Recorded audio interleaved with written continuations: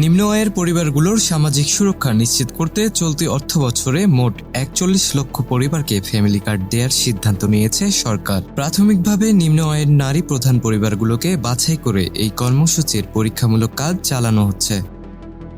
আগামী ১৬ আগস্ট কিশোরগঞ্জ সদর উপজেলার লতিফাবাদ ইউনিয়নের ৮ নম্বর ওয়ার্ডে প্রধানমন্ত্রী তারেক রহমান আনুষ্ঠানিকভাবে ফ্যামিলি কার্ড কর্মসূচির উদ্বোধন করবেন। তবে চূড়ান্ত যাচাই বাছাই শেষে আগামী অক্টোবর মাস থেকে পর্যায়ক্রমে কার্ড বিতরণ কর্মসূচি শুরু হবে।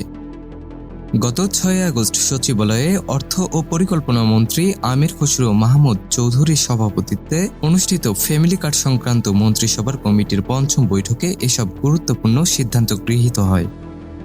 রাষ্ট্রায়ত্ত সোনালী ব্যাংক, জনতা ব্যাংক ও বাংলাদেশ কৃষি ব্যাংকের মাধ্যমে প্রতি মাসে সরাসরি ২৫০০ টাকা করে পাবেন উপকারভোগীরা। দেশের ৪৯৮টি উপজেলার উপকারভোগীদের হাতে সহজে ভাতা পৌঁছে দিতে এই ৩ ব্যাংকের ৩৭২টি শাখা সরাসরি যুক্ত থাকবে।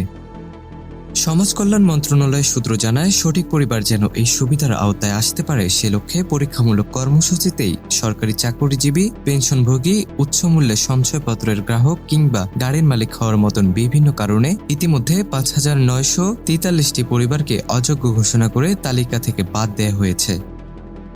সমাজ কল্যাণ মন্ত্রী সাংবাদিকদের জানান, প্রকৃত কোনো সুবিধাভোগী যেন বাদ না পড়ে এবং অযোগ্য কেউ যেন অনৈতিকভাবে সুবিধা না পায় সেজন্য তথ্য নিয়মিত হালনাগাদ করা হবে।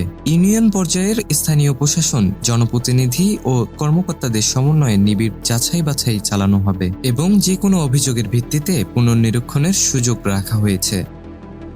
আগামী ১৪ সেপ্টেম্বরের মধ্যে দেশের ৪,৪৫ লক্ষ পরিবারের ডেটা সংগ্রহ করা হবে। এর জন্য বিশেষ সফটওয়্যার ও মোবাইল অ্যাপসের পরীক্ষামূলক ব্যবহার শুরু হয়েছে।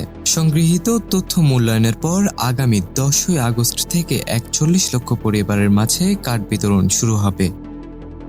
সরকারের পরিকল্পনা অনুযায়ী আগামী ৩০ সালের মধ্যে পর্যায়ক্রমে মোট ১,৬১ লক্ষ পরিবারকে ফ্যামিলি কার্ডের আওতায় নিয়ে আসা হবে।